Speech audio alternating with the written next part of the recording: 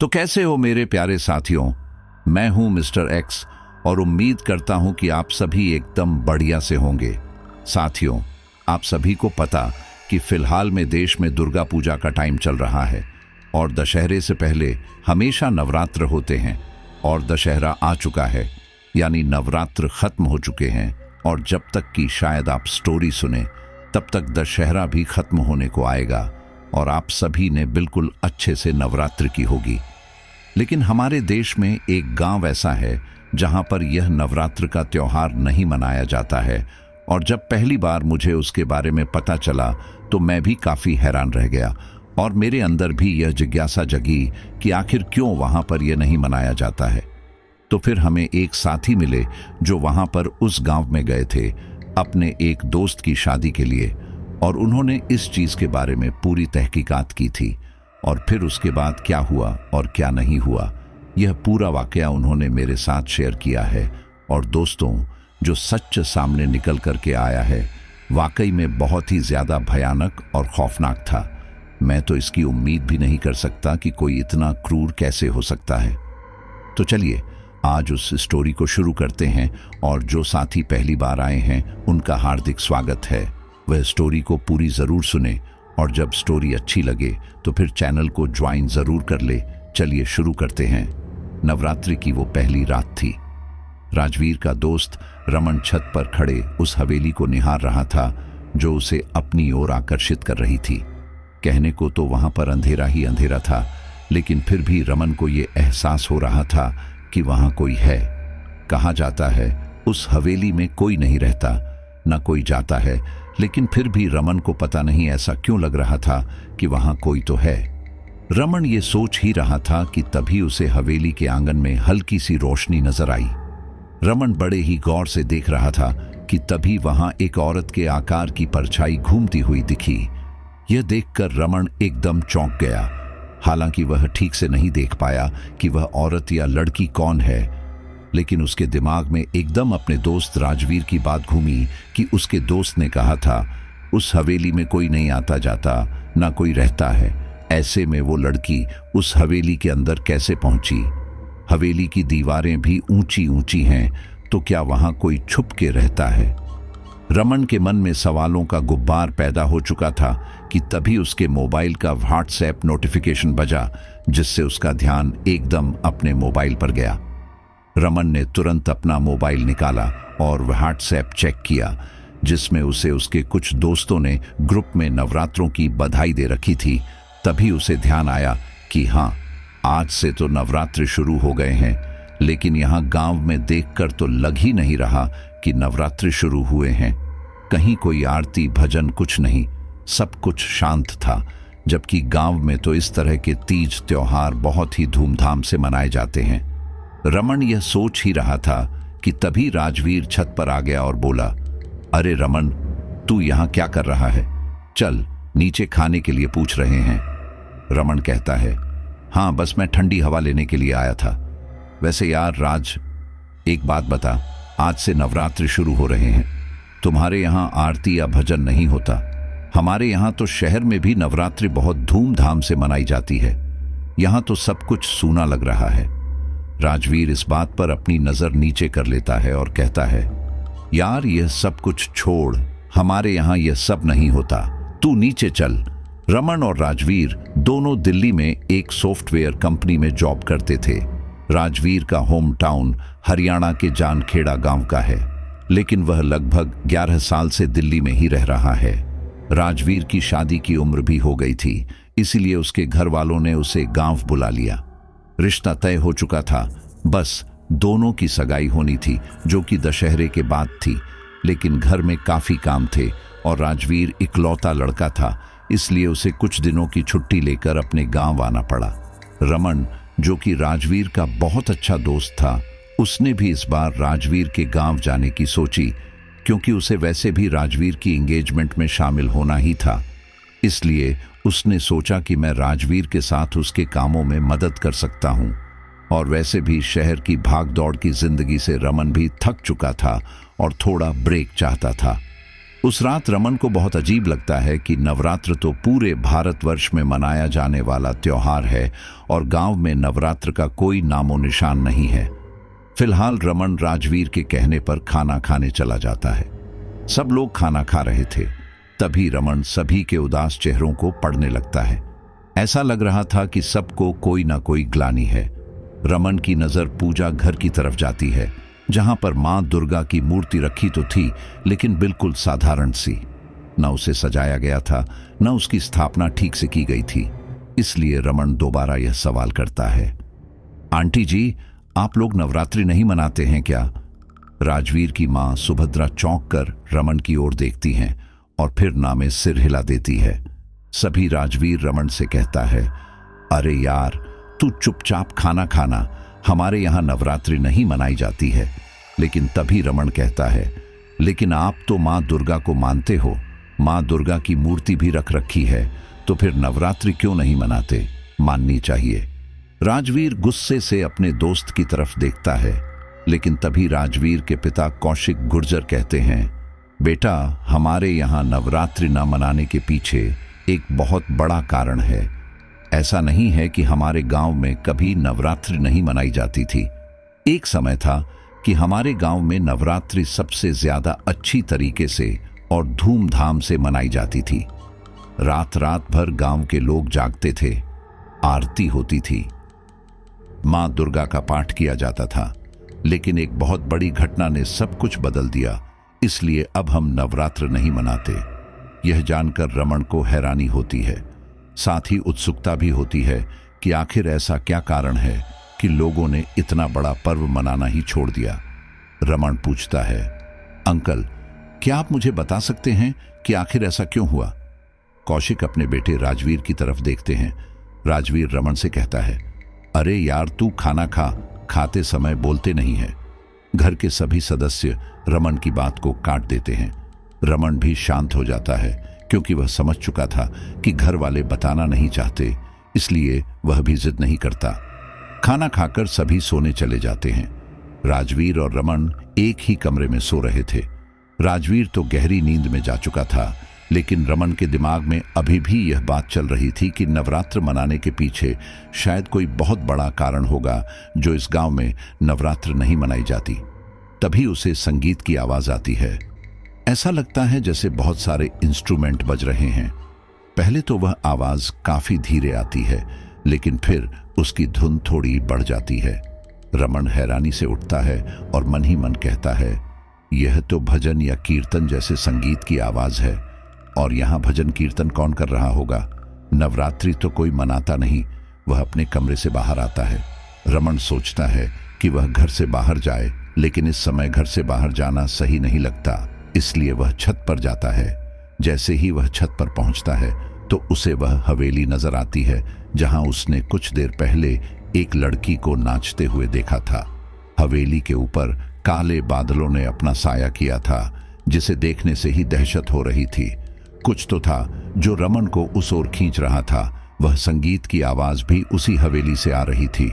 उसे दूर से ही हवेली की दीवारों पर कुछ परछाइयां बनती नजर आती हैं। रमन बुरी तरह चौंक जाता है। उसे ऐसा एहसास होता है जैसे उस हवेली में ही भजन कीर्तन किया जा रहा है। रमन हैरानी से कहता है, नहीं, ऐसा नहीं हो सकता। क्या राजवीर ने मुझसे झूठ बोला कि उस हवेली में कोई नहीं आता जाता? लेकिन वहां पर शायद मां दुर्गा का भजन किया जा रहा है। मुझे जाकर देखना होगा। रमन अपनी जिज्ञासु प्रकृति के कारण उसी समय चुपके से घर से बाहर निकल जाता है और उस हवेली के मुख्य दरवाजे पर पहुंच जाता है।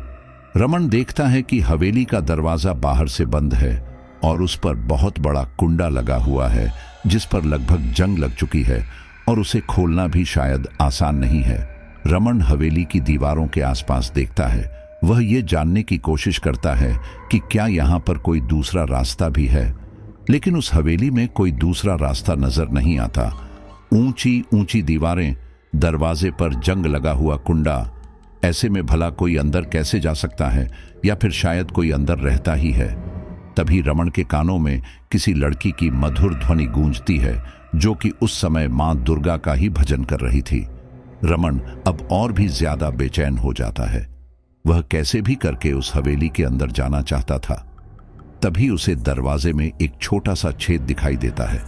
वह झांकने की कोशिश करता है कि अंदर क्या चल रहा है। रमन उस छेद से अंदर देखता है तो पाता है कि एक लड़की, जिसके नैन नक्श बहुत ही तीखे हैं, लंबे बालों की छुटियां बनाए, घाघरा चोली पहने मां दुर्गा के प्रेम में रमी पड़ी है और नाच रही है। अंदर का नजारा ऐसा लग ही नहीं रहा कि हवेली सालों से बंद पड़ी थी। ऐसा लग रहा था आज भी वहां कोई रहता है। सब जगह साफ सफाई और रमणीय दृश्य था। रमन उस लड़की को बहुत ही गौर से देख रहा था। तभी वह लड़की धीरे धीरे नाचते हुए रमन की ओर बढ़ने लगती है। जैसे जैसे वह रमन की ओर बढ़ती है, उसका रूप भयानक होता जाता है। रमन घबरा गया था, लेकिन उसके पैरों में इतनी जान बाकी नहीं थी कि वह वहां से भाग सके। धीरे धीरे वह लड़की भी उस छेद से रमन को देखने लगती है जहां से रमन देख रहा था, और वह बिल्कुल दरवाजे के करीब आ जाती है। तभी रमन के कंधे पर कोई हाथ रखता है। रमन घबराकर उछल जाता है और चिल्ला उठता है। रमन के सामने राजवीर और उसके पिता कौशिक खड़े थे। कौशिक जी का चेहरा तो गुस्से से भरा हुआ था, वहीं राजवीर भी थोड़ा नाराज था। रमन हकलाते हुए कहता है, वो राज, मैं यहां पर। तभी कौशिक जी गुस्से में कहते हैं, क्या तुम यहां पर क्या करने आए थे तुम? क्या राजवीर ने तुम्हें बताया नहीं था कि यहां कोई आता जाता नहीं है? रमन घबराते हुए कहता है, जी अंकल, बताया था, लेकिन मैंने यहां किसी को नाचते हुए देखा। अंदर कोई लड़की है। आप कह रहे थे यहां कोई आता जाता नहीं है, लेकिन अंदर सच में कोई है। देखो, मैंने यहां से देखा। रमन दोबारा उस छेद में झांकता है, लेकिन अंदर का नजारा बिल्कुल बदला हुआ था। सब कुछ खंडहर जैसा पड़ा था। धूल, मिट्टी, मकड़ी के जाले साफ दिखाई दे रहे थे। रमन को अपनी आंखों पर यकीन ही नहीं होता। वह हैरानी से कहता है, राज, मैं सच कह रहा हूं।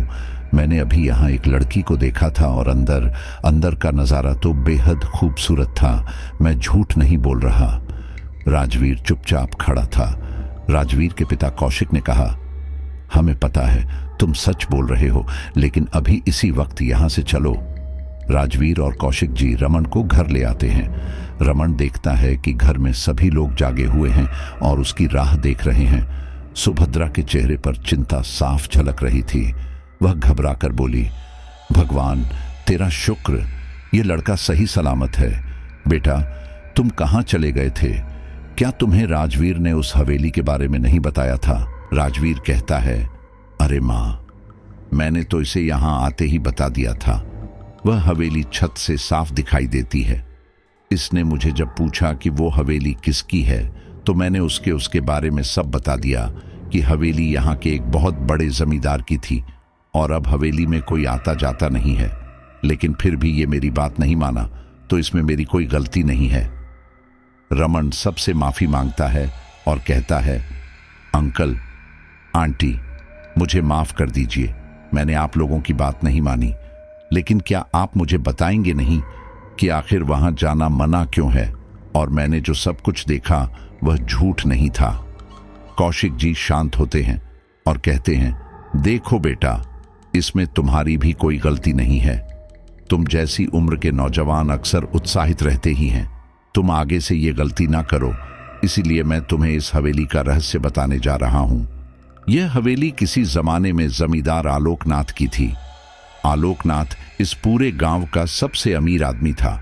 इस गांव में सबसे बड़ी हवेली आलोकनाथ की ही थी, लेकिन जितनी बड़ी हवेली थी, उसका परिवार उतना ही छोटा था। उसकी एक इकलौती बेटी थी संस्कृति, जो बहुत ही संस्कारों वाली थी। आलोकनाथ अपनी बेटी से बहुत प्यार करता था। आलोकनाथ के परिवार में उसकी बेटी के अलावा कोई भी नहीं बचा था। उसकी पत्नी की मृत्यु तब हो गई थी जब संस्कृति 12 साल की थी, लेकिन संस्कृति की मां ने उसे अच्छे संस्कार दिए थे, भगवान के प्रति प्रेम करना सिखाया था, और वो संस्कार उसमें हमेशा रहे। एक बार संस्कृति गांव के पुराने मंदिर से बाहर आ रही थी। तभी उसकी नजर मंदिर से बाहर निकलते हुए बैद्यनाथ पर पड़ी। बैद्यनाथ एक नौजवान युवक था जो बहुत ही बलशाली और सुंदर था, लेकिन वह एक साधु के वेश में था। एक नवयुवक को साधु के वेश में पाकर संस्कृति को थोड़ी हैरानी हुई, क्योंकि अधिकतर युवाओं में लड़कियां तो धार्मिक होती हैं, लेकिन लड़के बहुत ही कम धार्मिक होते हैं और इस गांव के लड़के ऐसे नहीं थे। इसीलिए उस लड़के ने संस्कृति का ध्यान अपनी तरफ खींच लिया। संस्कृति ने देखा कि वह लड़का सीढ़ियों पर बैठा बेबसी से इधर उधर देख रहा है। संस्कृति उसके पास गई और बोली, तुम कौन हो? गांव में नए लगते हो? वैद्यनाथ संस्कृति को देखकर तुरंत खड़ा हो गया। आसपास के 2-4 लोग भी खड़े हो गए, क्योंकि सभी के लिए वह लड़का नया था। संस्कृति ने पूछा, अरे बताओ, तुम कौन हो? यहां भिक्षा मांगने आए हो क्या? अच्छे खासे जवान लगते हो, फिर भिक्षा की क्या जरूरत है? तभी वह लड़का वैद्यनाथ कहता है, अरे नहीं नहीं, आप मुझे गलत समझ रही हैं।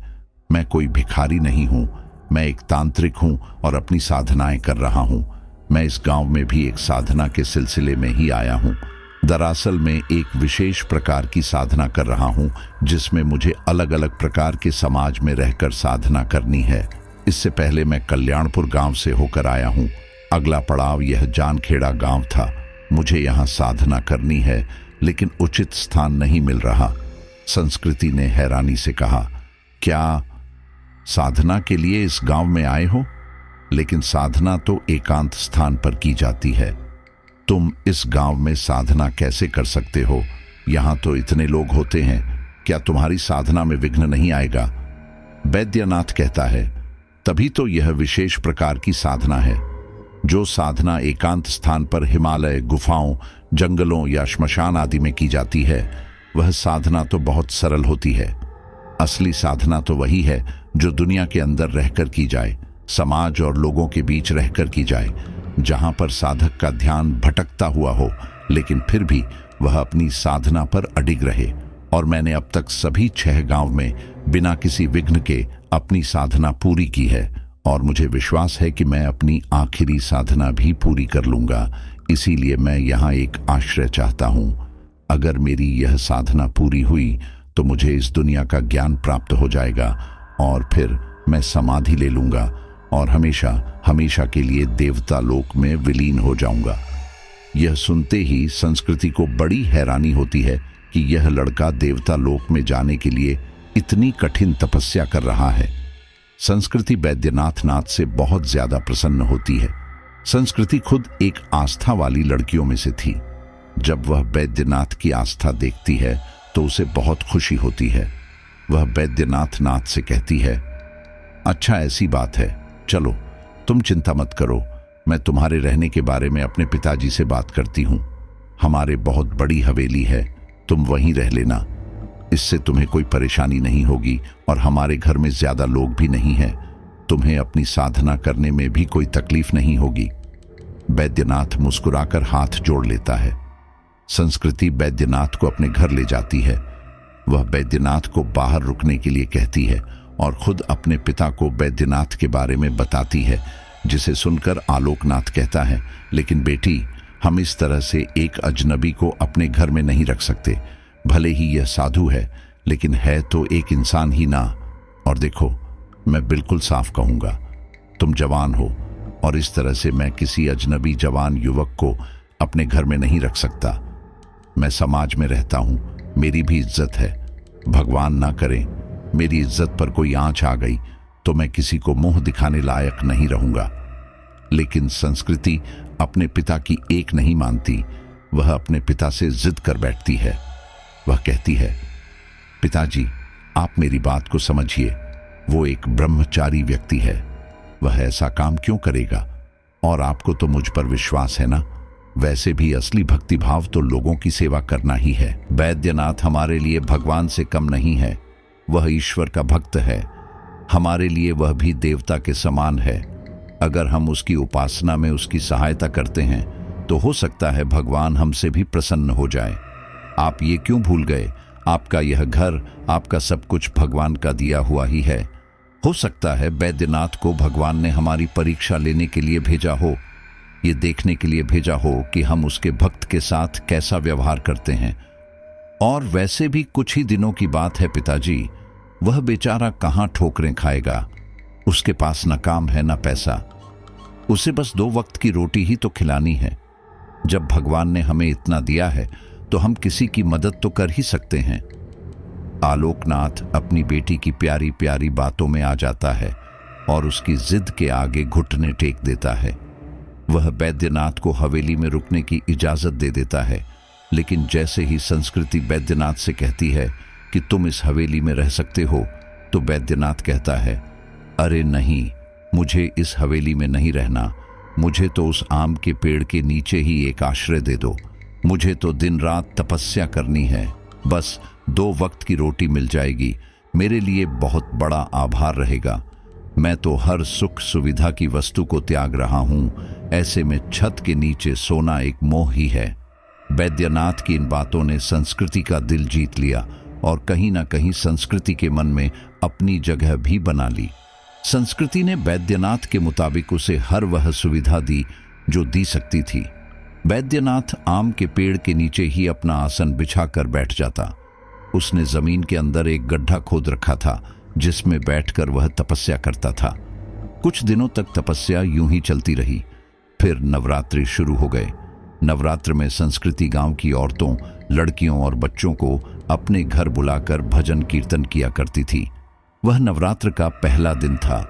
सभी के घरों में मां दुर्गा की स्थापना की गई। सभी को रात का भी इंतजार था, क्योंकि संस्कृति न केवल भजन कीर्तन किया करती थी, बल्कि प्रसाद के रूप में बच्चों में अच्छे अच्छे चीजें भी बांटती थी। इसीलिए सभी लोगों को संस्कृति की हवेली में जाने की इच्छा होती थी। उस रात भी भजन कीर्तन किया गया और सभी लोग वापस आ गए, लेकिन सबके जाने के बाद संस्कृति और बैद्यनाथ पेड़ के नीचे खड़े होकर बातें करने लगे। बैद्यनाथ ने संस्कृति से कहा, संस्कृति, तुम्हारा भक्ति भाव देखकर मैं तो बहुत ही प्रसन्न हो गया।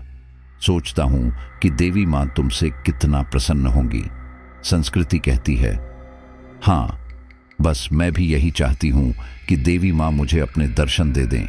बैद्यनाथ और संस्कृति बातें कर रहे थे और इसी बीच संस्कृति अपने मन की बात बैद्यनाथ को बता देती है। वह बता देती है कि वह बैद्यनाथ से प्रेम करती है और उसका कारण भी बताती है। बैद्यनाथ भी संस्कृति की इच्छा जानकर बहुत खुश होता है, लेकिन कहीं ना कहीं उसका प्रेम भगवान के लिए अधिक था। इसलिए वह संस्कृति से कहता है, संस्कृति, मैं बहुत भाग्यशाली हूं कि मुझे तुम जैसी लड़की ने प्रेम किया, वरना हम जैसे साधु को तो कोई प्रेम की नजर से देखता ही नहीं है। लेकिन मैं तुमसे क्षमा चाहता हूं।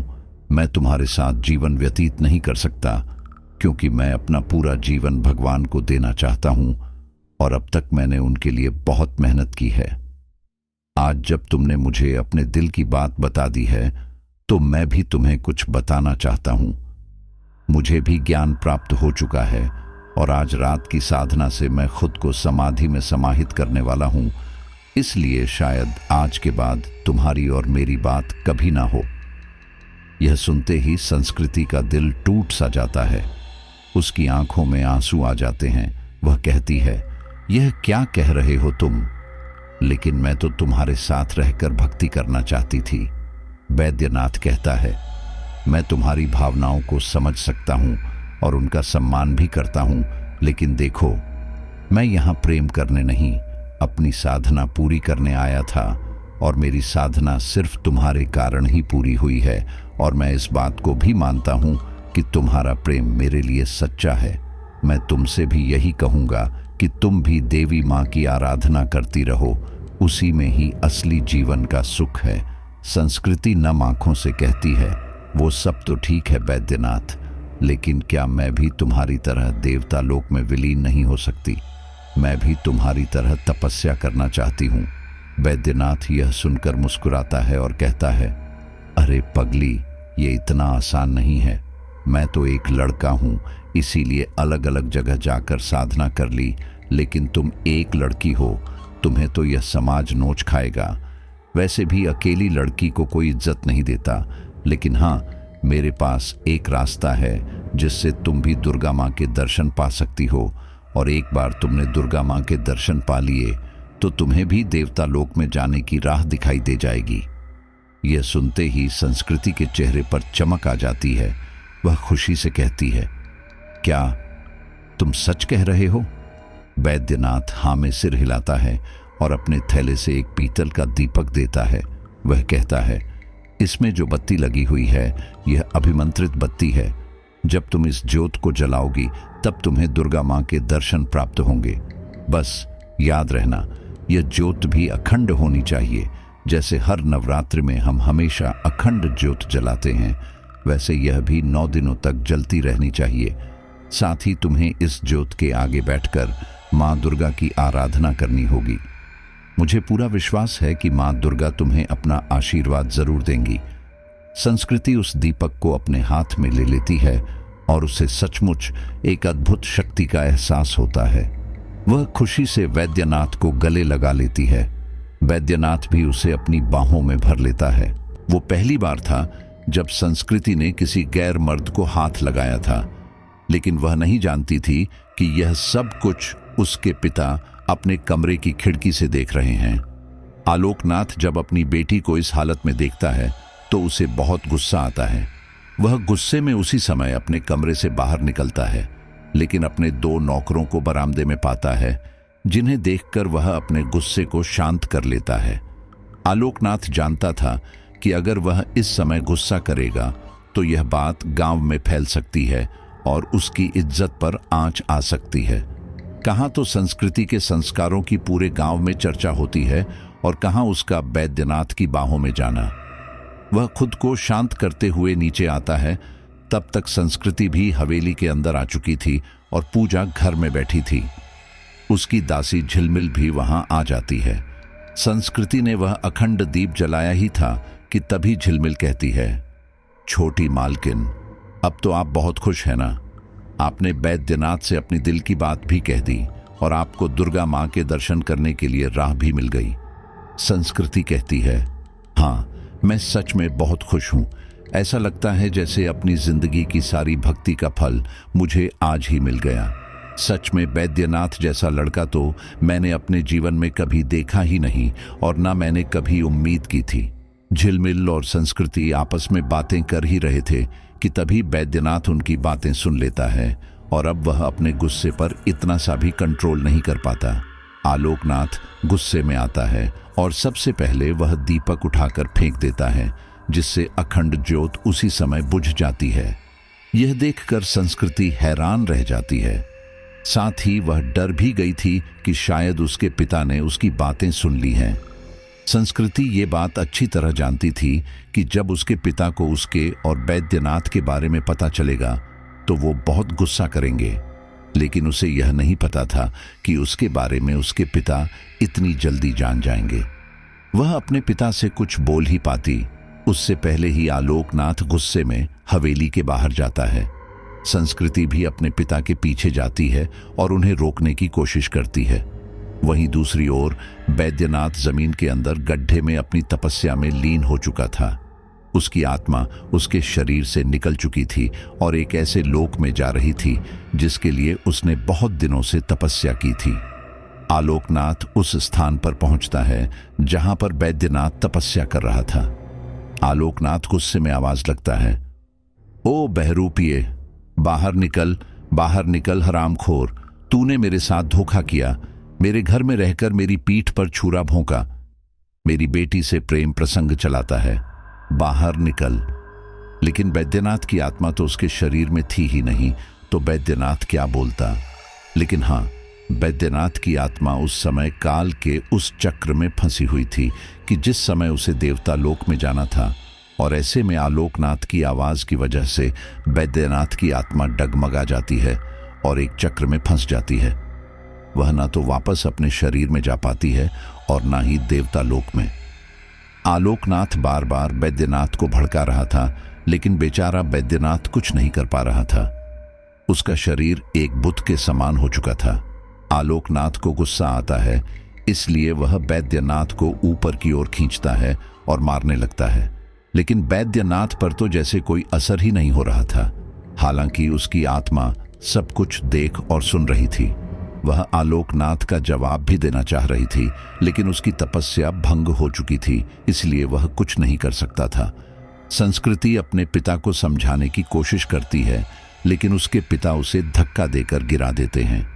आलोकनाथ जैसे ही देखता है कि वैद्यनाथ कोई जवाब नहीं दे रहा, तो वह गुस्से में अपनी कमर पर लगे चाकू को निकालता है और बैद्यनाथ के सीने पर कई वार कर देता है।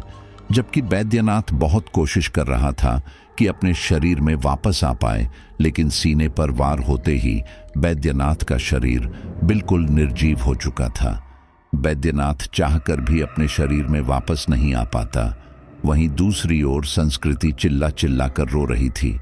पूरे गांव को उसके रोने की आवाज आ रही थी।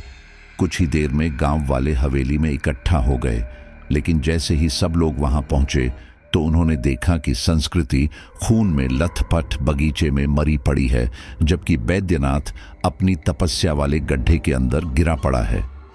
वह दृश्य देखकर पहले तो किसी को कुछ समझ नहीं आया कि आखिर हुआ क्या है, लेकिन कुछ ही पल में लोगों ने यह अंदाजा लगा लिया कि एक जवान लड़का लड़की को मारने का मतलब क्या हो सकता है। आलोकनाथ के हाथ खून में भीगे हुए थे। वह बेबस बुत बना जमीन पर बैठा अपनी बेटी की लाश को देख रहा था। लोगों ने उसे संभालने की कोशिश की, उससे जानने की कोशिश की कि आखिर यहाँ क्या हुआ, लेकिन वह कुछ नहीं बोल पाया, क्योंकि उसने अपने हाथों से ही अपनी बेटी और बैद्यनाथ को मार दिया था। वहीं दूसरी ओर झिलमिल भी बार बार रोए जा रही थी। रो रो कर उसका बुरा हाल था। जब वह थोड़ी संभली तब उसने पूरी कहानी बताई कि संस्कृति और आलोकनाथ के साथ क्या घटना घटित हुई। वो रात यूं ही गुजर गई। अगली सुबह गांव वालों ने बैद्यनाथ और संस्कृति का अंतिम संस्कार कर दिया। जब सभी लोग वापस अपने घर में आए तो हैरान रह गए, क्योंकि सभी के घर के अखंड ज्योत बुझी हुई थी। हमारे घर में भी अखंड ज्योत जल रही थी। जब मेरी मां ने देखा कि यह दीपक बुझ कैसे गया तो उन्हें घबराहट हुई, क्योंकि यह एक अशुभ संकेत होता है। लेकिन उन्होंने इत्तेफाक समझ के दोबारा दीपक जलाया, लेकिन अफसोस वह दीपक दोबारा जला ही नहीं। मां ने बहुत कोशिश की, लेकिन वह दीपक नहीं जला पाई। और ऐसा सिर्फ हमारे साथ नहीं हुआ, बल्कि गांव के हर एक घर का दीपक बुझ गया। वो दिन है और आज का दिन है। हर नवरात्र में दीपक नहीं जलाता, चाहे कितनी भी कोशिश कर लो। इसके अलावा हमने नवरात्र के अन्य काम करने की कोशिश की तो उसमें भी रुकावटें आईं। नवरात्र के समय गांव का कोई न कोई व्यक्ति अपनी जान से हाथ धो बैठता था। इसीलिए लोगों ने नवरात्र मनाना ही बंद कर दिया। रमन ने पूछा, तो क्या आप कन्या पूजन भी नहीं करते? उससे भला क्या परेशानी होती होगी? तभी राजवीर की मां सुभद्रा रहती है। नहीं बेटा, हम नवरात्रि में कोई भी कार्य नहीं कर पाते, क्योंकि हमें बैद्यनाथ और संस्कृति का श्राप लगा हुआ है। संस्कृति दुर्गा मां की बहुत बड़ी भक्त थी। जब वही आराधना नहीं कर पाई तो हम कैसे कर पाते? ऐसा नहीं है कि हमने कोशिश नहीं की। अम्मा ने हर साल नवरात्रि पर अलग अलग रस्मों रिवाज पूरे करने की कोशिश की, लेकिन जब भी वह कुछ करती थी तो घर में कुछ ना कुछ बुरा हो जाता था। और ऐसा केवल हमारे साथ नहीं था, बल्कि पूरे गांव के साथ था। जो कोई भी ज्योत जलाने की कोशिश करता तो ज्योत नहीं जलती। कन्या पूजन करने के लिए जब कन्याओं को घर में बुलाया जाता तो उन सभी कन्याओं की तबीयत खराब हो जाती। यहाँ तक कई बार कन्याओं की मृत्यु भी हो चुकी है। अब तुम ही बताओ, ऐसे में हम किसी की जान जोखिम में कैसे डालें? अब भगवान को अगर हमारी आराधना पसंद नहीं है तो यही सही, लेकिन हम किसी को मार नहीं सकते। रमन हैरानी से कहता है, अगर संस्कृति और बैद्यनाथ का श्राप भी लगा हुआ है तो आप इसे खत्म क्यों नहीं करते? दुनिया में ऐसा कोई काम नहीं है जो नामुमकिन हो। वैसे भी आजकल तो इतने तांत्रिक अघोरी बाबा हैं, आप किसी से भी मदद ले सकते थे। तभी कौशिक कहता है, ऐसा नहीं है कि हमने मदद लेने की कोशिश नहीं की, लेकिन जो कोई भी उस हवेली में गया वह वापस नहीं लौटा, और जो भी वापस आया तो उसका दिमागी संतुलन खो चुका था। खुद आलोकनाथ पागल हो गया था और इसके चलते उसने अपने आप को मार लिया था। उसकी हालत तो इतनी खराब हो गई थी कि गांव का कोई व्यक्ति डर के मारे उसकी लाश को भी लेने नहीं गया था। शायद आज भी उसकी लाश का कंकाल उस हवेली में पड़ा होगा। लोगों का ऐसा मानना है कि उस हवेली में जो जाता है उसकी आत्मा भी कैद हो जाती है। ये सब सुनने के बाद रमन हैरान रह जाता है। वह मन ही मन सोचता है कि ऐसे कैसे हो सकता है? भगवान के भक्तों की आत्मा इस तरह से लोगों को परेशान कर रही है। रमन कहता है, लेकिन अंकल, यह सही नहीं है। मैं भले ही आज का युवा हूं, लेकिन भगवान में मेरी आस्था है। मैंने अपने जीवन में भगवान के बहुत से चमत्कार देखे हैं। आप लोग इस तरह से भगवान से दूर नहीं जा सकते। क्या आप लोग नहीं जानते कि हमारे जीवन में नवरात्रियों का कितना बड़ा महत्व है? त्रेता युग में जब भगवान श्री राम रावण का वध करने के लिए लंका पहुंचे, तब देवताओं ने उन्हें मां दुर्गा की आराधना करने का परामर्श दिया था। वैसे तो नवरात्रि चैत्र मास और आश्विन मास में आती है, लेकिन उस समय दक्षिणायन काल था, जब देवता योग निद्रा में रहते हैं। इस दौरान पूजा करना शास्त्रों के अनुसार संभव नहीं था। लेकिन विजय प्राप्त करने के लिए श्री राम ने मां दुर्गा का अकाल बोधन किया था, मतलब उन्हें उनके निर्धारित समय से पूर्व जगाया। उन्होंने शुद्ध हृदय और गहन श्रद्धा के साथ मां दुर्गा की उपासना की और मां दुर्गा ने प्रसन्न होकर श्री राम को विजय का आशीर्वाद दिया। इसके परिणाम स्वरूप दशमी के दिन रावण का वध हुआ और इस दिन को विजयदशमी या दशहरा कहा जाने लगा। इसी घटना से प्रेरित होकर शारदीय नवरात्र की शुरुआत हुई। माना जाता है कि जब जब जीवन में कोई बड़ा संकट आता है, तब मां दुर्गा की आराधना करने से शक्ति, साहस और विजय प्राप्त होती है। आप यह सोच भी कैसे सकते हैं कि मां दुर्गा आप लोगों की मदद नहीं करेंगी? इस गांव को केवल इंसान का श्राप लगा है, भगवान का नहीं। अगर संस्कृति और बैद्यनाथ मां दुर्गा के सच्चे भक्त थे, तो आप भी यह बता दीजिए कि आप भी उनसे कम नहीं। आपके अंदर भी भगवान के प्रति उनसे कहीं अधिक भक्ति है। आपको यह साबित करना ही होगा कि किसी का बुरा करके कभी किसी का अच्छा नहीं हुआ। संस्कृति और बैद्यनाथ की आत्मा को यह बताना होगा कि वे लोग जो कर रहे हैं वह सही नहीं है। आलोकनाथ की गलती की सजा पूरा गांव क्यों भुगते? क्या केवल उन्हीं की भक्ति थी? आप लोगों की भक्ति नहीं है। आप लोगों की उपासना का कोई महत्व नहीं है। रमन की यह बातें कौशिक और सुभद्रा के मन पर गहरा प्रभाव छोड़ जाती हैं। वे लोग रमन की बातों को सुनते ही रह जाते हैं और कहीं ना कहीं उन्हें रमन की बात बिल्कुल सही लगती है कि आखिर कब तक वे लोग हवेली की आत्माओं के खौफ में जीते रहेंगे। सुभद्रा नम आंखों से कहती है, तो बेटा, अब तुम ही बताओ कि आखिर हम क्या करें। ऐसा नहीं है कि हमने तांत्रिकों से मदद नहीं ली थी, लेकिन वे तांत्रिक भी कुछ नहीं कर पाए थे। रमन कहता है, आप लोग चिंता मत कीजिए। हमारी एक गुरु जी है जिनके हम अनुयायी हैं, और हम ही नहीं, हमारा पूरा खानदान उनका अनुयायी है।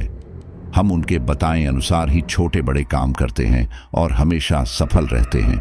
वह स्वयं भी मां दुर्गा की बहुत बड़े भक्त हैं। मैं उनसे इस बारे में बात करता हूँ। मुझे पता है वह हमें इसका हल जरूर बताएंगे।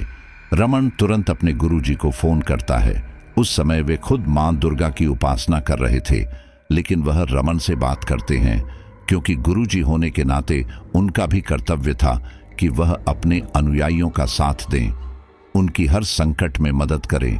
और वैसे भी रमन या उसका परिवार कभी भी बिना काम उन्हें फोन नहीं करते थे, इसलिए वे तुरंत फोन उठा लेते हैं और कहते हैं, हाँ रमन बेटा, बोलो, इतनी रात को फोन कैसे किया? रमन जानखेड़ा गांव की पूरी कहानी अपने गुरुजी को बताता है, जिसे सुनकर वे भी चिंतित होते हैं और कहते हैं, बेटा, यह विषय तो बहुत गंभीर है, तुम मुझे थोड़ा वक्त दो, मैं तुम्हें सुबह इस विषय में बताता हूँ। विवेकानंद गुरुजी फोन रखकर मां दुर्गा का आशीर्वाद लेकर रमन के विषय पर ध्यान केंद्रित करते हैं। तब उन्हें पता चलता है कि सच में जानखेड़ा गांव में एक श्राप लोगों को भक्ति करने से रोक रहा है, जो उनकी आगे आने वाली पीढ़ियों के लिए और भी खतरनाक साबित हो सकता है। वह सुबह होने तक रमन के लिए उपाय निकालते हैं। उधर रमन भी बचे, कुछ समय में सो नहीं पाता। सुबह होते ही गुरुजी रमन को फोन करते हैं और कहते हैं, बेटा, मैंने तुम्हारी परेशानी को देखा और मुझे बहुत अचंभा हुआ कि नवरात्रि जैसा त्योहार जो भारत के हर जगह मनाया जाता है, जानखेड़ा के लोग इस त्योहार से वंचित हैं। और जानते हो, मैं इस गंभीर विषय क्यों कह रहा था? क्योंकि इस तरह के श्राप आगे आने वाली पीढ़ियों तक के लिए मुसीबत बन सकते हैं। इसीलिए हमें उस श्राप को खत्म करना होगा और यह मां दुर्गा की भक्ति करके ही संभव हो सकता है। लेकिन जिस हिसाब से तुमने सारी बातें बताई, उन्हें देखकर नहीं लगता कि मां की भक्ति करना इतना आसान होगा। उसके लिए तुम्हें कठिनाइयों का सामना करना पड़ सकता है। रमन ने कहा, कैसी कठिनाइयां? विवेकानंद गुरुजी ने कहा, सबसे पहले तो तुम्हें संस्कृति की आत्मा से बात करनी होगी, क्योंकि जहां तक मैं समझता हूं कि उसकी आत्मा एक तड़पती हुई आत्मा है। वो न केवल बैद्यनाथ की वजह से तड़प रही है, बल्कि मां दुर्गा के दर्शन न पाने की वजह से भी तड़प रही होगी। देखो रमन, मैं इस समय वहां नहीं आ सकता, लेकिन इस समय उन आत्माओं को वश में करने का उचित समय है। मां दुर्गा का आशीर्वाद लेने का उचित समय है। अगर यह नवरात्रि निकल गई तो हमें अगले नवरात्रों का इंतजार करना होगा। तुम मेरी परेशानी तो समझ ही सकते हो। मुझे और भी बहुत काम देखने होते हैं, इसलिए मैं चाहता हूं कि तुम वहीं रहकर यह काम करो। रमन कहता है, कैसा काम और क्या मैं कर पाऊंगा? गुरुजी कहते हैं, बिल्कुल, अगर दृढ़ संकल्प हो तो व्यक्ति कुछ भी काम कर सकता है। मैं भी एक इंसान ही हूं, मैं बस तुम्हें राह दिखाऊंगा, तुम्हें वह करते जाना है। रमन कहता है, ठीक है गुरुजी, मैं पूरी कोशिश करूंगा। गुरुजी कहते हैं, तुम्हें संस्कृति की हवेली में जाना होगा। वहां उस पीतल के दीपक को ढूंढना होगा जो बैद्यनाथ ने संस्कृति को दिया था। तुम्हें वह अखंड दीप जलाना होगा और पूरे 9 दिन वहीं रहकर तुम्हें संस्कृति की तरह आराधना करनी होगी। रमन कहता है, लेकिन क्या यह मुमकिन है? वहां कैद आत्माएं किसी को नहीं छोड़ती, तो क्या मैं उपासना कर पाऊंगा? गुरुजी कहते हैं, हां, यह काम थोड़ा मुश्किल है, इसलिए तुम्हें सुरक्षा कवच मंत्र के साथ वहां जाना होगा। तुम घर से ही मां दुर्गा के आगे चढ़ाए हुए सिंदूर और कलावे को लेकर जाना। याद रखना, कलावे को सिंदूर में पूरी तरह से डुबो लेना और उस कलावे को अपने हाथ पर बांधना। उस कलावे में 11 गांठें लगाना और हर गांठ पर हनुमान मंत्र का जाप करना। ऐसा करने से संस्कृति तुम्हें नुकसान नहीं पहुंचा पाएगी। तुम्हें 9 दिन उसी हवेली में रहकर नवरात्र मनानी होगी। नवरात्रि मनाने का मतलब सिर्फ पूजा पाठ नहीं है, बल्कि अखंड दीप को जलाए रखना और साथ ही बुरी शक्तियों को अपने ऊपर हावी होने से रोकना भी है। अगर तुम ऐसा करने में सफल होते हो तो संस्कृति की शक्ति और भी कमजोर हो जाएगी। अगर दशमी तक वह दीपक जला रह जाता है तो संस्कृति और उस हवेली की आत्माओं को मुक्ति मिल जाएगी और वह श्राप खत्म हो जाएगा। यह सब सुनने के बाद रमन कुछ देर के लिए खामोश हो जाता है, क्योंकि उसे भी डर था कि कहीं वो भी हवेली में जाकर गायब न हो जाए। लेकिन फिर भी वह गुरुजी की बात पर हामी भर देता है। फोन रखते ही रमन सुभद्रा और कौशिक को हवेली में जाने के बारे में बताता है, जिसे सुनकर वे दोनों भी घबरा जाते हैं। लेकिन रमन उन्हें समझाता है कि अगर हमें इस श्राप को खत्म करना है तो उस हवेली में जाना ही होगा। कौशिक जी कहते हैं, लेकिन बेटा, अगर तुम्हें कुछ हो गया तो उसकी जिम्मेदारी कौन लेगा? रमन कहता है, अंकल आप घबराइए मत, मुझे अपने गुरुजी और मां दुर्गा पर पूरा भरोसा है। वैसे भी यह नवरात्र चल रहे हैं, मां दुर्गा की हम सब पर कृपा होगी। रमन का जोश देखकर राजवीर भी कहता है, मां, जब यह गांव के बाहर का लड़का इस गांव को श्राप से मुक्त करना चाहता है तो आखिर हम लोग क्यों नहीं? जब रमन के अंदर इतनी हिम्मत है तो हमें भी हिम्मत दिखानी चाहिए और हवेली में जाना चाहिए। रमन और राजवीर का उत्साह देखकर राजवीर के माता पिता हवेली में जाने की इजाजत दे देते हैं। नवरात्र का पहला दिन निकल चुका था, इसीलिए रमन कहता है, राज, हमारा एक दिन निकल चुका है, हम और ज्यादा समय बर्बाद नहीं कर सकते, इसलिए हमें आज ही उस हवेली में जाना होगा। गुरुजी ने मुझे हवेली में जाने के लिए कुछ सामान बताए हैं, हम उन्हीं के साथ हवेली में जाएंगे। इसके बाद रमन गुरुजी के बताए अनुसार कलावा तैयार करता है और उन्हें अपने और राजवीर के हाथ पर बांध लेता है। साथ ही रमन ने मां दुर्गा का पाठ करने के लिए सप्तशती पाठ और अन्य पूजा की सामग्रियां ले ली थी, क्योंकि उसे डर था कि कहीं ऐसा ना हो कि वह हवेली में जाए और वहां से वापस ना आ पाए। शायद उन्हें दोबारा हवेली से बाहर आने का मौका भी न मिलता। दोपहर का समय था। रमन और राजवीर उस हवेली की तरफ जाते हैं। साथ में कौशिक और सुभद्रा भी थे। उसी समय गांव के 1-2 व्यक्ति भी उस हवेली के पास से गुजरते हैं तो कौशिक और उनके परिवार को हवेली के पास खड़ा देखते हैं। वे लोग भी तुरंत कौशिक जी के पास पहुंचते हैं और पूछते हैं, अरे तुम लोग यहां क्या कर रहे हो? कौशिक जी कहते हैं, इस हवेली के अंदर जा रहे हैं। यह सुनते ही गांव का वो व्यक्ति कहता है, अरे तुम्हारा दिमाग खराब हो गया है क्या तुम हवेली के बारे में जानते नहीं हो? क्यों जान जोखिम में डालते हो? तभी रमन कहता है, हम सब जानते हैं, इसीलिए इस हवेली के अंदर जा रहे हैं। प्लीज मैं आप सबसे एक बात कहना चाहूंगा कि अगर आप हमारा साथ नहीं दे सकते तो हमें पीछे खींचने की कोशिश भी मत कीजिए। इतना कहकर रमन जमीन से एक पत्थर उठाता है और उस जंग लगे ताले को तोड़ देता है। ताला टूटते ही गांव के व्यक्ति हैरानी से अपनी आंखें चौड़ी कर लेते हैं। रमन और राजवीर अंदर चले जाते हैं। कौशिक जी भी अंदर जाना चाहते थे, लेकिन राजवीर उन्हें मना कर देता है। वह समझाता है कि हम दोनों के अलावा हवेली में कोई दूसरा नहीं आना चाहिए। राजवीर अपने माता पिता को वापस घर जाने के लिए कह देता है, लेकिन कौशिक और सुभद्रा हवेली के बाहर ही बैठे रहते हैं। धीरे धीरे यह खबर पूरे गांव में फैल जाती है कि रमन और राजवीर हवेली के अंदर गए हैं। लोगों को बहुत हैरानी हो रही थी, इसलिए वे लोग बार बार हवेली के पास आ रहे थे और देख रहे थे कि आखिर क्या चल रहा है। वहीं दूसरी ओर रमन और राजवीर जैसे ही हवेली के अंदर जाते हैं, पूरी हवेली में एक धूल भरी आंधी चलने लगती है। आंधी इतनी तेज चलती है कि कुछ देर के लिए राजवीर और रमन की आंखें अपने आप बंद हो जाती हैं। वे कुछ देख नहीं पाते। उन्होंने हवेली के अंदर मुश्किल से 10 कदम भी नहीं बढ़ाए थे कि उनके शरीर में सिहरन दौड़ पड़ती है और तभी हवेली का दरवाजा भी अपने आप बंद हो जाता है। यह देखते ही राजवीर के घर वाले और गांव वाले घबरा जाते हैं। वे लोग दरवाजा खोलने की कोशिश करते हैं, लेकिन दरवाजा नहीं खुलता। धीरे धीरे आंधी कम हो जाती है और एक सामान्य हवा में बदल जाती है। रमन कहता है, सच में यह जगह तो बहुत ही डरावनी है।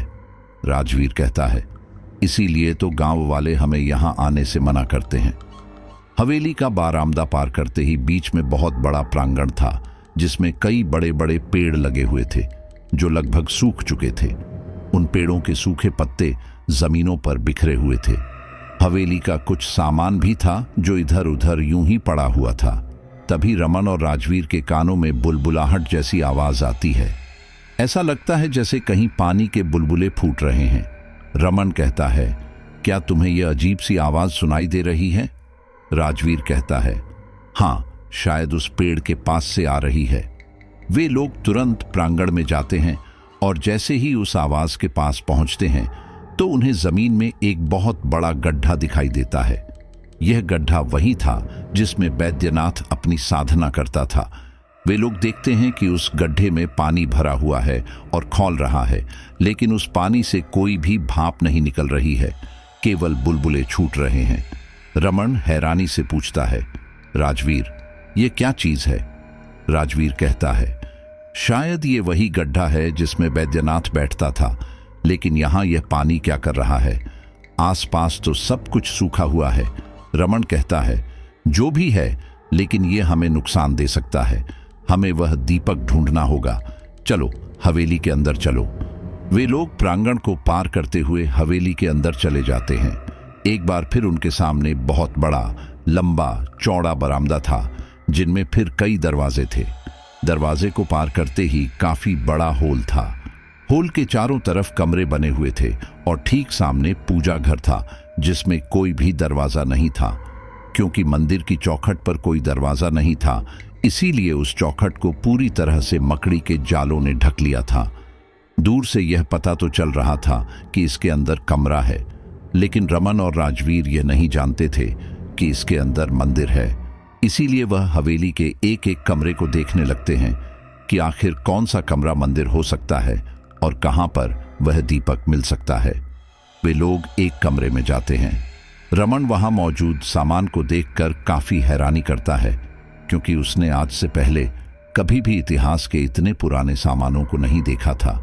सच में वो सामान शायद 60-70 साल पुराना होगा। एक पल के लिए रमन वहां मौजूद सामान में खो जाता है और अतीत में चला जाता है। तभी उसकी नजर एक पुरानी अलमारी पर जाती है जो लकड़ी की बनी हुई थी और जिसके दरवाजे कांच के थे। रमन को उस कांच में अपना चेहरा दिखाई देता है। वह अपने आप को गौर से देख रहा था कि तभी उसे एक लड़की का साया भी नजर आता है। उस लड़की का साया थोड़ा धुंधला था, इसलिए रमन अलमारी के करीब जाने लगता है। वह धीरे धीरे आगे बढ़ रहा था और अलमारी धीरे धीरे रमन की ओर ही झुक रही थी। रमन उस अलमारी के ठीक सामने खड़ा था और उस धुंधले साए को देखने की कोशिश कर रहा था कि तभी राजवीर ने रमन का हाथ पकड़कर खींच लिया और वह अलमारी जमीन पर गिर पड़ी। गिरते ही कांच के टुकड़े टुकड़े हो गए। राजवीर ने गुस्से में कहा, रमन, तुझे क्या हो गया? कहाँ खो गया था? क्या तुझे दिखाई नहीं दिया? अलमारी तेरे ऊपर गिर रही थी। रमन घबराकर कहता है, नहीं, मुझे तो पता ही नहीं चला। राजवीर कहता है, अगर मैं तुझे ना हटाता तो तू उस अलमारी के नीचे आकर दब जाता। पता है वो कितनी भारी अलमारी थी। देख, सारा सामान भी टूट गया। चल, यहाँ कुछ नहीं है, हमें यहाँ से चलना चाहिए। वे लोग कमरे से बाहर आ जाते हैं। तभी उन्हें ऊपर की मंजिल से किसी के खांसने की आवाज आती है। रमन भौहें चढ़ाते हुए कहता है, क्या ऊपर कोई है? राजवीर कहता है, नहीं, ऊपर कोई कैसे हो सकता है? हवेली का दरवाजा तो अभी हमने खोला है। राजवीर और रमन उस आवाज को अनसुना करके दूसरे कमरे की तरफ बढ़ते हैं कि तभी उन्हें एक चिल्लाने की आवाज आती है, राजवीर, बेटा राजवीर। यह आवाज कौशिक जी की थी। अपने पिता की आवाज सुनकर राजवीर एकदम हैरान रह जाता है। वह फटी आंखों के साथ कहता है, रमन, यह तो बाबा की आवाज है। वह यहां क्या कर रहे हैं? रमन कहता है, हाँ, वो यहां कैसे आए? हमने तो उन्हें आने के लिए मना कर दिया था। राजवीर जल्दी से ऊपर भागता है। रमन भी उसके पीछे जाता है। वे लोग जैसे ही उस कमरे में पहुंचते हैं जहां से आवाज आ रही थी, तो उन्हें कमरे की खिड़की के पास एक रोकिंग चेयर पर कौशिक जी बैठे हुए दिखाई देते हैं। कौशिक जी का चेहरा खिड़की की ओर ही था, जो कि रमन और राजवीर ने नहीं देखा था। लेकिन कद काठी से राजवीर को पता चल रहा था कि ये मेरे बाबा ही हैं। वह अपने पापा को आवाज लगाता है, बाबा, आप यहां? कौशिक जी कहते हैं, आ गए बेटा, तुम। राजवीर अपने पिता के पास जाता है और उनके कंधे पर हाथ रखते हुए कहता है, बाबा, आप यहां क्यों आए? हमने आपसे मना किया था ना, आपको यहां नहीं आना चाहिए था। कौशिक जी राजवीर का कोई जवाब नहीं देते, बल्कि खड़े होते हैं और कुछ कदम खिड़की के पास जाकर रुक जाते हैं। राजवीर कहता है, बाबा, मैं आपसे पूछ रहा हूं, बोलते क्यों नहीं? आप यहां क्यों आए? आप चले जाइए यहां से। फिर कौशिक जी की गर्दन 360 डिग्री में गोल घूम जाती है और राजवीर के सामने आकर रुक जाती है। ये देखकर राजवीर और रमन के पैरों तले जमीन खिसक जाती है। उन्हें अपनी आंखों पर यकीन नहीं होता, लेकिन वे समझ चुके थे कि उन्होंने एक भूत देख लिया है। अब उनकी जान उनके शरीर में रहती ही नहीं है। वे दोनों बुत बने खड़े रहते हैं। धीरे धीरे कौशिक जी का चेहरा गलने लगता है और अंदर का कंकाल दिखने लगता है। यह देखकर रमन चिल्लाता है, राजवीर, भाग भाग जल्दी! लेकिन राजवीर के तो जैसे पैर अकड़ गए थे। वह अपनी जगह से हिल ही नहीं पा रहा था। रमन जब देखता है कि राजवीर ज्यादा ही डरा हुआ है, तो वह जल्दी से राजवीर को धक्का देता है और उसे होश में लाता है। तब वे दोनों जल्दी से नीचे की तरफ भागते हैं। वे लोग इतना डर चुके थे कि वापस हवेली के बाहर जा रहे थे, लेकिन बरामदा पार करते ही रमन राजवीर को रोककर कहता है, राजवीर, रुक जा, हम ऐसे ही वापस नहीं जा सकते। हम इस हवेली में काम पूरा करके ही जाएंगे। राजवीर डरते हुए कहता है, लेकिन रमन, तुमने वो देखा नहीं? वह कितना डरावना था। मैं यहां और नहीं रुक सकता। रमन कहता है, राजवीर, बात को समझ, वह सिर्फ हमें डरा रहा था। अपने मन में यह बात पक्की कर ले कि हम मां दुर्गा के भक्त हैं और हमें कुछ नहीं हो सकता। तू हौसला रख, हमें हिम्मत से काम लेना होगा। वे लोग वापस नीचे आए ही थे कि तभी उनके कानों में एक मधुर गीत गूंजता है, जय चंद्र दिवाकर नेत्र धरे, जय पाव कभूषित वक्त्रवरे। उस मधुर संगीत को सुनकर रमन और राजवीर धुन में खो जाते हैं। लेकिन धीरे धीरे वो मधुरमय संगीत करुणा स्वर में बदलने लगता है और रोने की आवाज चारों तरफ से आने लगती है, जिससे रमन और राजवीर दोनों ही होश में आते हैं। रमन और राजवीर उस आवाज की दिशा को समझने की कोशिश करते हैं कि तभी वह रोने की आवाज गुस्से की आवाज में बदलते हुए कहती है, कौन हो तुम लोग? यहां क्यों आए हो? और इतना कहते ही वो हवेली हिलने लगती है जैसे भूकंप आ गया हो। हवेली में रखा सारा सामान इधर उधर अपने आप खिसकने लगता है। राजवीर और रमन भी अपने आप को संभालते हैं। वे लोग भी इधर उधर गिरते पड़ते हैं। तभी राजवीर का हाथ मंदिर की चौखट पर लग जाता है और वह चौखट को पकड़कर खड़ा हो जाता है। वहीं दूसरी ओर रमन जमीन पर बैठ चुका था। राजवीर और रमन देखते हैं कि बाहर प्रांगण की ओर से काले रंग का एक गुब्बार अंदर की तरफ ही आ रहा है।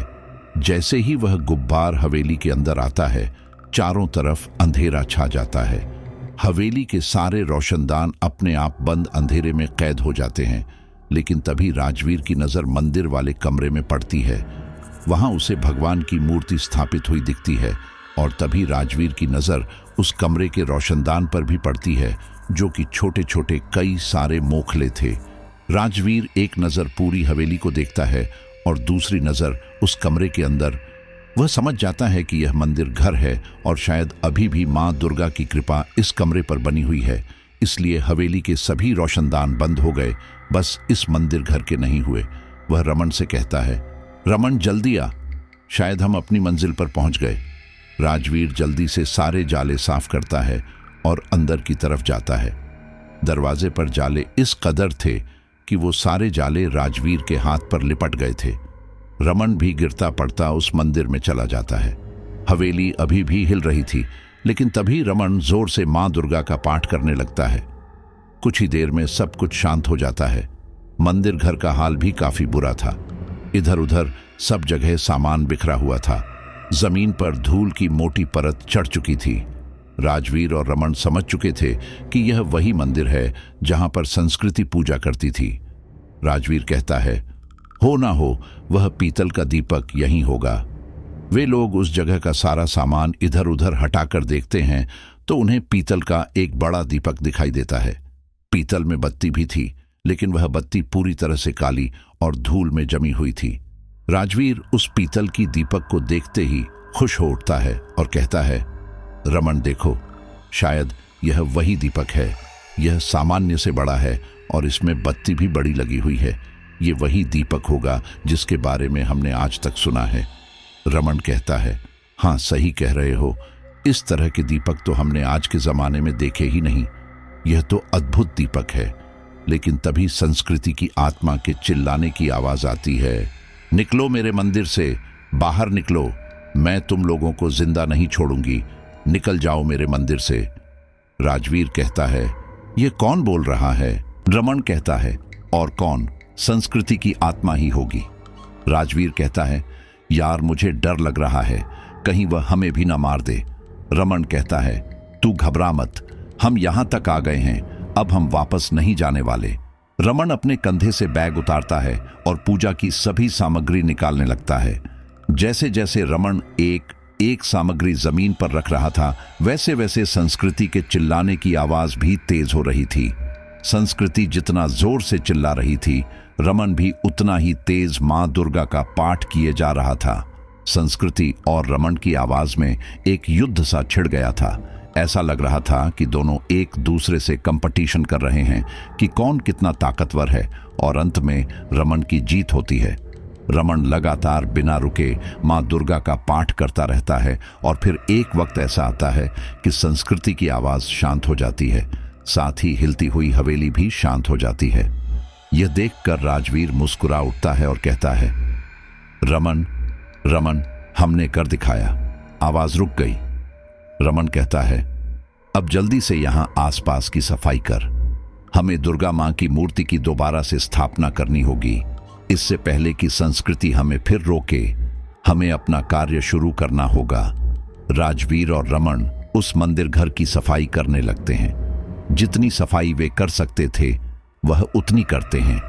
जैसे दुर्गा मां की प्रतिमा को अच्छी तरह से साफ करते हैं, उनके आसन को साफ करते हैं, जहां पर वह मां दुर्गा की मूर्ति रखने वाले थे, उस जगह, उस जमीन को अच्छी तरह से साफ करते हैं। वहां पर शुद्ध गंगा जल छिड़का जाता है। उसके बाद रमन मां दुर्गा का पाठ करते हुए पानी भर के एक कलश रखता है और उस कलश के ऊपर आम के कुछ पत्ते व नारियल रखता है। लेकिन जैसे ही वह कलश के ऊपर नारियल रखता है तो नारियल अपने आप छटक कर 2 भागों में बंट जाता है। यह देखकर रमन और राजवीर हैरान रह जाते हैं। वे दोनों एक दूसरे को देखने लगते हैं और एक बार फिर संस्कृति के चिल्लाने की आवाज आती है। इस बार संस्कृति दुगनी तेजी के साथ चिल्ला रही थी। रमन भी दोबारा दुर्गा मां का पाठ शुरू कर देता है, लेकिन इस बार वह काफी थक चुका था। उसके बोलने की ताकत खत्म होती जा रही थी, जबकि संस्कृति पहले से कहीं अधिक तेजी के साथ चिल्ला रही थी। राजवीर रमन से कहता है, रमन, अब क्या करें? हम इससे मुकाबला नहीं कर सकते। यह एक आत्मा है और हम इंसान। रमन अपने गले को थूक से तर करके कहता है, लेकिन मैं हार नहीं मानूंगा। क्या हुआ अगर यह नारियल छटक गया तो? हमारे पास और भी कार्य हैं, हम वह पूरा करेंगे। रमन अपने बैग से धूप बत्ती निकालकर जलाता है, जो कि काफी मशक्कत के बाद जलती है। साथ ही वह कुछ लौंगे निकालता है और मां दुर्गा के चरणों में अर्पित करता है। कुछ सुपारियां रखता है।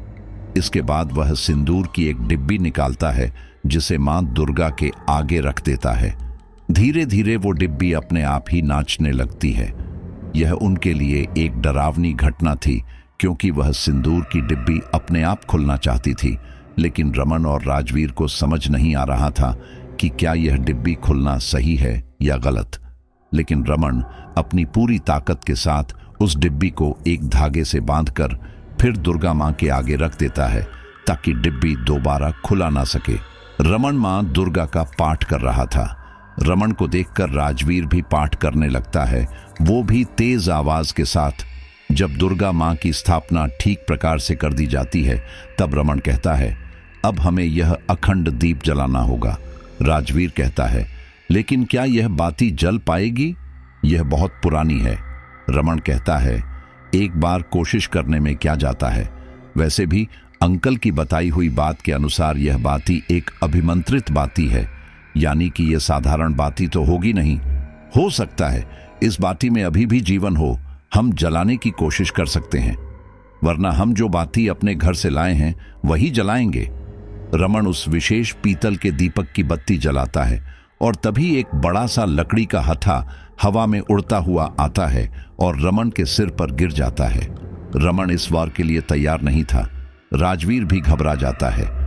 रमन को इतनी तेज चोट लगी थी कि उसके हाथ से माचिस गिर जाती है और वह खुद भी जमीन पर गिर जाता है।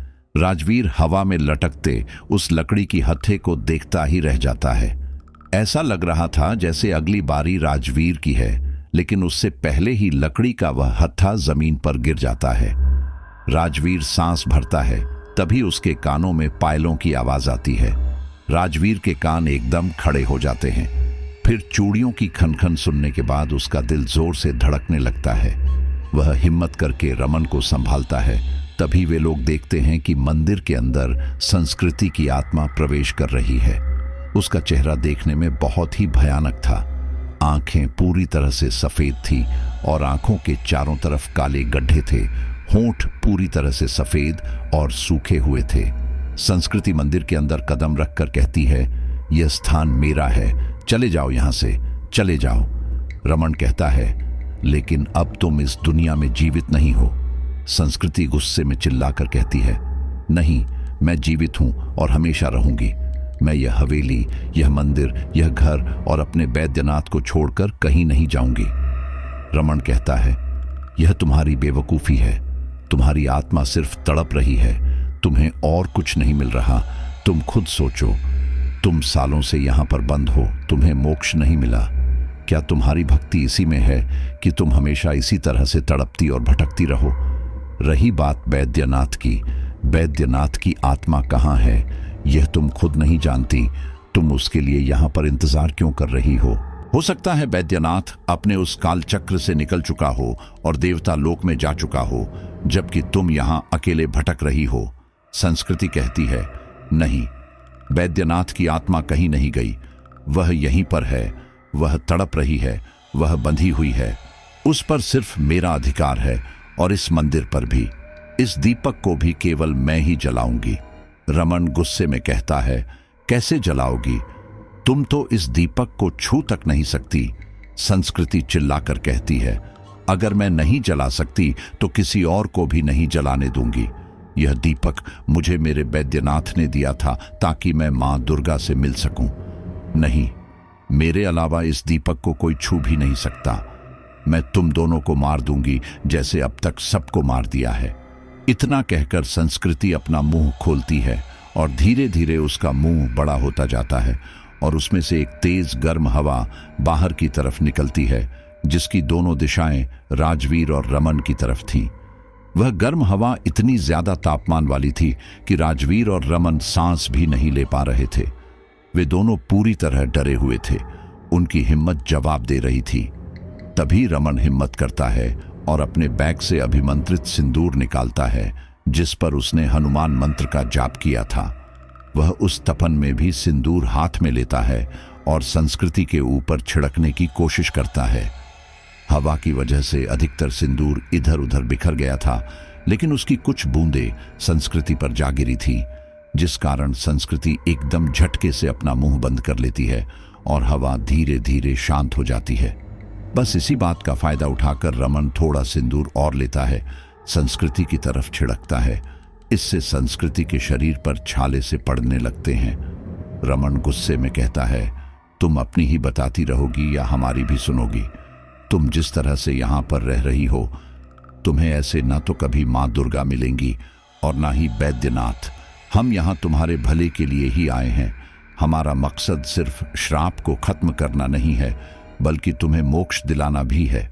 हम अच्छी तरह समझ सकते हैं कि तुम पर क्या बीत रही होगी। तुम्हारा प्रेम तुमसे दूर हो गया, तुम्हारी भक्ति तुमसे दूर हो गई। अगर तुम सब कुछ वापस पाना चाहती हो तो हम जो कर रहे हैं हमें करने दो। इसी में तुम्हारी और हमारी भलाई है। रमन की कुछ बातें सुनकर संस्कृति शांत हो जाती है। वह समझना चाहती थी कि आखिर रमन क्या करना चाह रहा है। रमन कहता है, शायद तुम ठीक ही कह रही हो। वैद्यनाथ की आत्मा यहीं पर है और तड़प रही है। हमने वह गड्ढा भी देखा जहां पर वैद्यनाथ अपनी साधना करता था। उसमें पानी उबल रहा है। यह दीपक तुम्हारा है।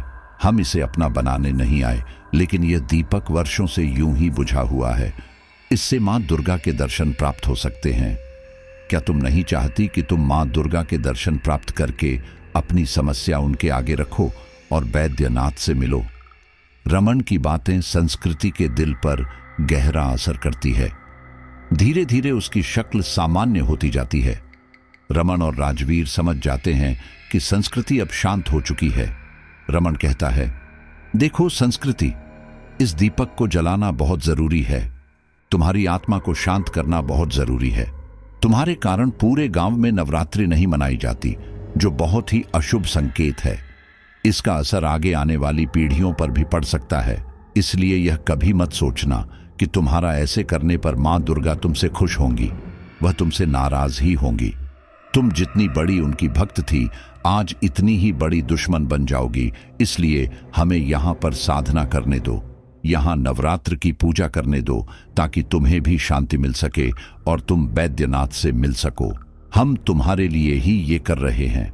मैं तुमसे हाथ जोड़कर विनती करता हूं कि तुम हमें अकेला छोड़ दो। धीरे धीरे संस्कृति की आत्मा शांत हो जाती है और धुंधली होती जाती है, और एक समय ऐसा आता है कि वह रमन और राजवीर की नजरों से ओझल हो जाती है।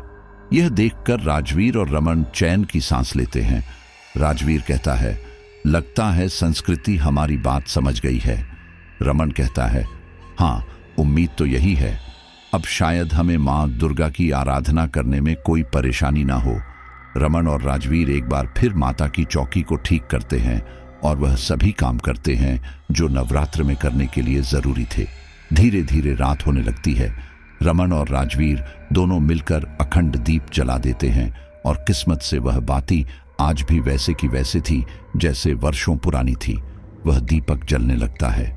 यह देखकर रमन को काफी तसल्ली होती है। वे दोनों मिलकर दुर्गा मां का पाठ करते हैं। रात के लगभग 10 बजे का समय रहा होगा कि तभी रमन राजवीर से कहता है, राजवीर, मुझे लगता है संस्कृति शायद शांत हो चुकी है और हमारी बातों को समझ चुकी है। मेरे ख्याल से हमें गांव में जाकर लोगों से कहना चाहिए कि वे लोग भी अपने घर में अखंड दीप जलाएं और जो जो कार्य कर सकते हैं वह कार्य, लेकिन गांव वालों से यह बात बताने के लिए हमें बाहर जाना होगा। रमन कहता है, ठीक है, तो तुम जाकर यह बात बताकर आओ, मैं यहीं रुकता हूं। राजवीर कहता है, लेकिन तुम अकेले कैसे? रमन कहता है, तुम मेरी चिंता मत करो, मैं यहां अकेला नहीं हूं, मां दुर्गा मेरे साथ है। तुम जाओ और जल्दी वापस आना। राजवीर जाने लगता है। रमन राजवीर से पूजा सामग्री का कुछ अन्य सामान भी मंगवा लेता है। राजवीर जैसे ही हवेली का दरवाजा खोलता है तो चौखट पर अपने माता पिता को बैठा पाता है। उन्हें देखकर वह भावुक हो जाता है। उसके माता पिता भी उसे देखकर गले लगा लेते हैं और रोने लगते हैं। राजवीर कहता है, बाबा आप अभी तक यहीं हो? कौशिक जी कहते हैं, हाँ बेटा, हमें तेरी चिंता हो रही थी। राजवीर कहता है, चिंता मत करो, सब कुछ ठीक है। मां ने चाहा तो हम जल्द ही श्राप खत्म कर देंगे, लेकिन हमें आप सबका साथ चाहिए। कौशिक जी कहते हैं, कैसा साथ बताओ?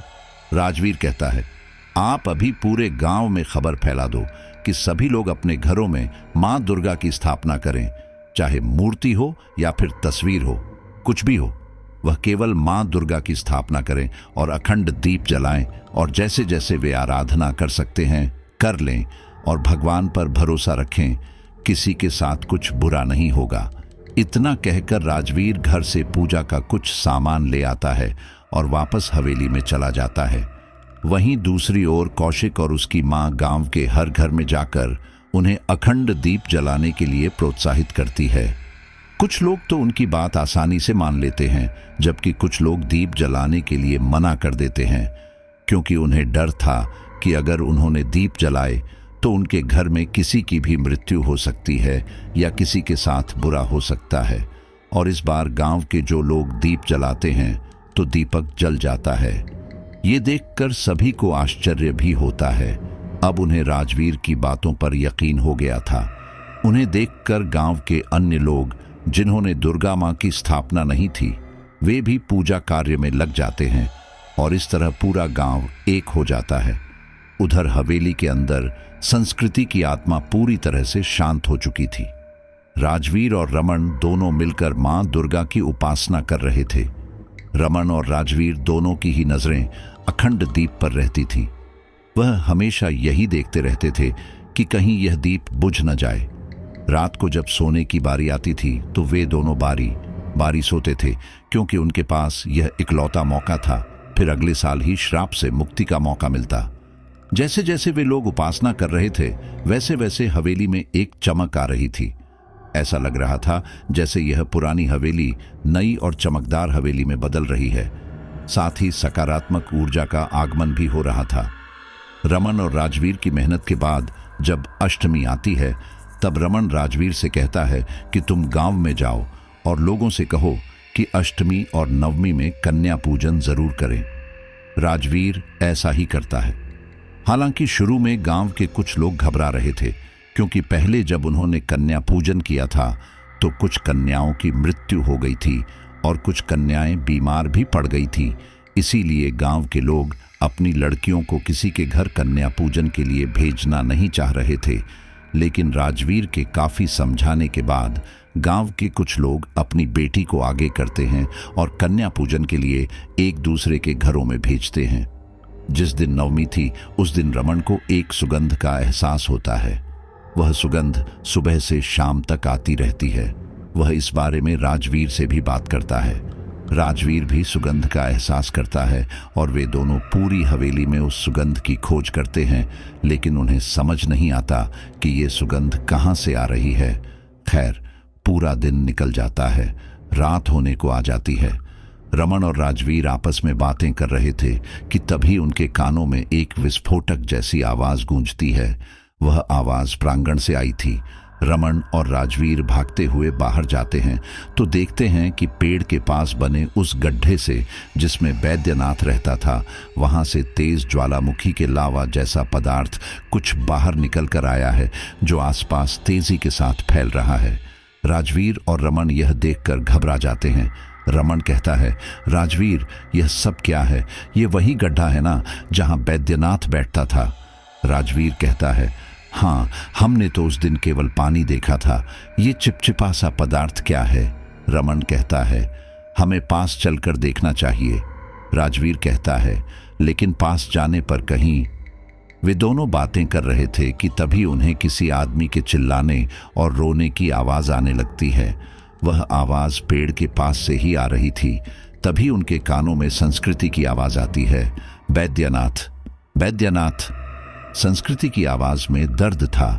वह आवाज सुनते ही रमन और राजवीर चारों तरफ देखते हैं। तब उन्हें हवेली के एक झरोखे से संस्कृति का चेहरा दिखाई देता है। उसकी आंखों में आंसू थे और वह पेड़ की तरफ गड्ढे की ओर ही देख रही थी। रमन कहता है, यह शायद वैद्यनाथ के चिल्लाने की आवाज थी। देखो, संस्कृति इस गड्ढे की ओर देख रही है, हमें जल्दी कुछ करना चाहिए। वे दोनों जल्दी से पूजा घर के अंदर जाते हैं। तभी रमन की नजर मां दुर्गा के सामने रखे उस कलश पर जाती है जिसमें पानी भरा हुआ था। रमन देखता है कि वह कलश अपने आप ही डगमगा रहा है। यह देखकर रमन सोचता है कि कलश को क्या हो गया, अंदर कोई चूहा तो नहीं चला गया? लेकिन कलश के ऊपर नारियल जैसे का तैसा रखा हुआ था। रमन जल्दी से उस कलश को खोलकर देखता है तो पाता है कि कलश में पानी का रंग पीला पड़ गया है और उसके अंदर कुछ ऐसा नहीं है जो उसे अंदर से हिला रहा हो। राजवीर भी देखकर कहता है, रमन, यह सब क्या है? यह अपने आप कैसे हिल रहा था? रमन कहता है, मैं समझ गया, वो आग, उस गड्ढे की आग को इसी पानी से बुझा पाएंगे। चलो, जल्दी चलो। वे लोग उस कलश को लेकर गड्ढे पर पहुंचते हैं। वे देखते हैं कि गड्ढे से धुआं निकले जा रहा है। रमन बिना देरी के कलश के सारे पानी को गड्ढे में डाल देता है। जैसे जैसे वो पानी डालता है, गड्ढे की आग शांत होती जाती है। गर्म भाप ठंडी हवा में बदलती जाती है। धीरे धीरे एक ठंडा धुआं उस गड्ढे से बाहर की तरफ निकलता है और एक आकृति लेने लगता है।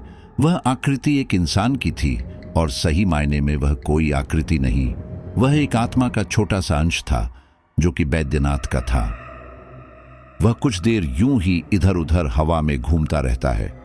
रमन और राजवीर उस धुएं के साए को बड़े गौर से देख रहे थे। तभी रमन और राजवीर दोनों की नजर संस्कृति पर पड़ती है जो अभी भी झरोखे से झांक रही थी। उसके चेहरे पर मुस्कान थी, संतुष्टि के भाव थे।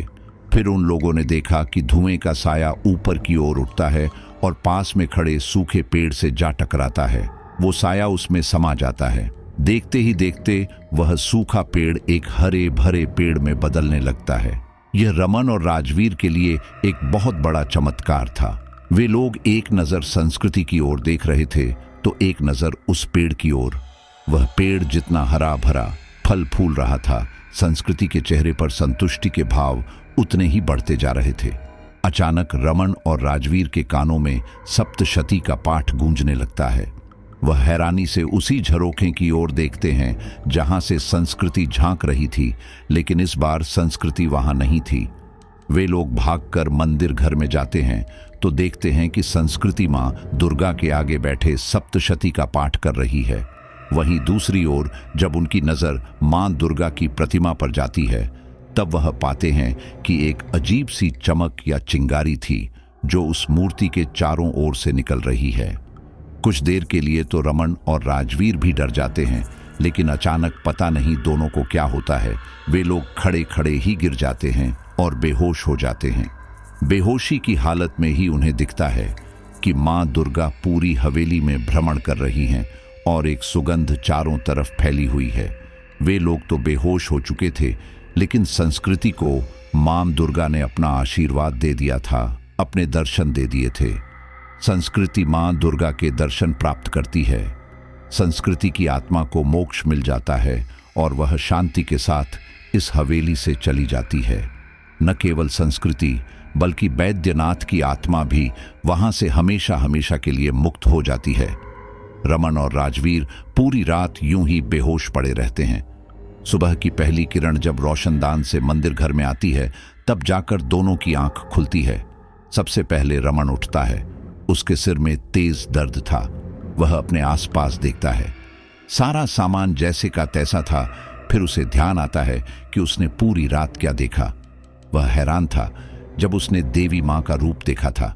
सच में वो बहुत ही भव्य और दिल को ठंडक देने वाला दृश्य था।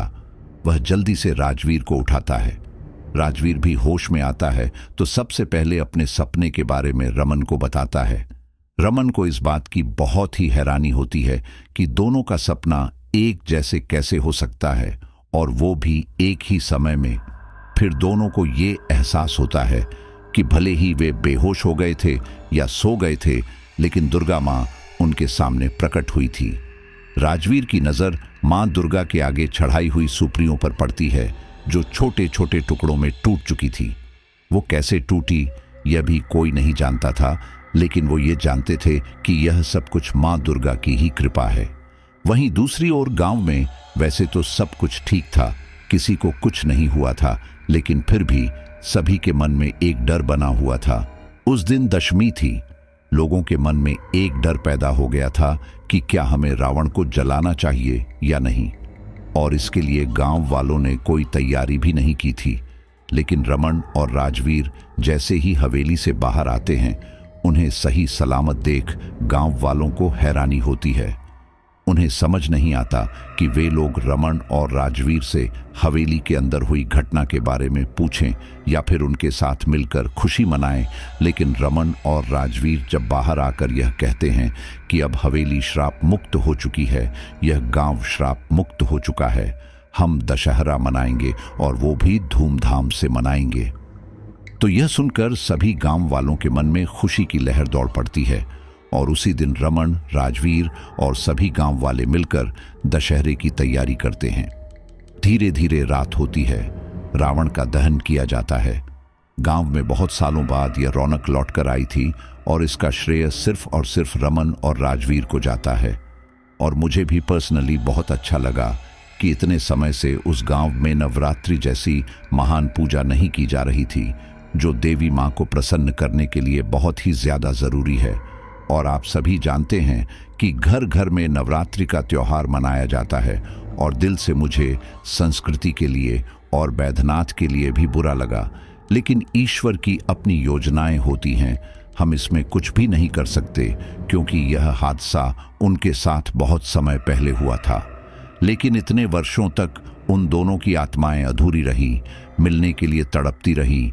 और जो मिलने की तड़प होती है ना, वही बहुत ही ज़्यादा खतरनाक होती है, और वही इंसान को बहुत ही ज़्यादा पागल बना देती है, और वह एक खतरनाक रूप ले लेता है। वरना संस्कृति जैसी इतनी संस्कारी और आध्यात्मिक लड़की का किसी की जान लेना मेरे गले नहीं उतरती है ये बात। लेकिन फिर बात वही है कि इंसान जब बदले की आग में जलता है, तब उसके अच्छे कर्म भी ढक जाते हैं और उसके अंदर बुराई का जन्म हो जाता है, जो कि संस्कृति के अंदर हो गया था। चलिए, आपको स्टोरी जो भी जैसी भी लगी वह मुझे कमेंट बॉक्स में ज़रूर बताएं। आपका जो विचार हो वह ज़रूर लिखें। अब अपने कुछ साथियों को धन्यवाद करते हैं। फैजीन मालदीव्स, राहुल प्रजापति सूरत, इरफान शेख इंडिया, सोनू ग्रेवाल आलमगीर, यूसुफ अख्तर दुबई, अब्दुल हयात भोपाल, पप्पू भाटी, नीति कुमारी, सभी का बहुत बहुत धन्यवाद। मिलते हैं आपसे अगली स्टोरी पर।